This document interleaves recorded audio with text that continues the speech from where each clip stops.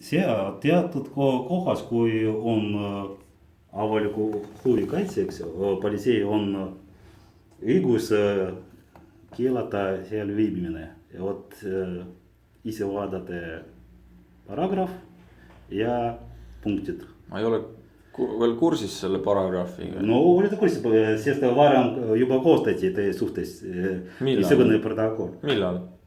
No vist mul on vale informatsioon. Ma kardan küll, et on vale. Aga pange palun oma kamerad kinni. See ei ole ausalt teie poolt. Kuidas niimoodi? No vot niimoodi. Mina ei ole vägivalda kasutanud. Teie minu kallal kasutate vägivalda. Varjatult filmine on karistatav.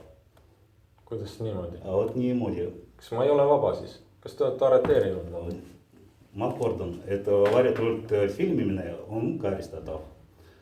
Ja kui te praegu ei pane kinni filmimine, siis räägime tõsipoolest.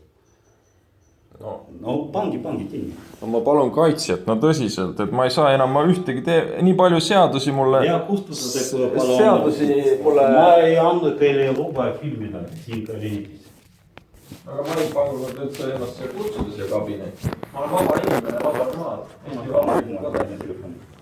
Mida? Mobiilitelefon, seal on seaduse rikkumine. Mis seadus? Filmimine. Mida te tahate musta?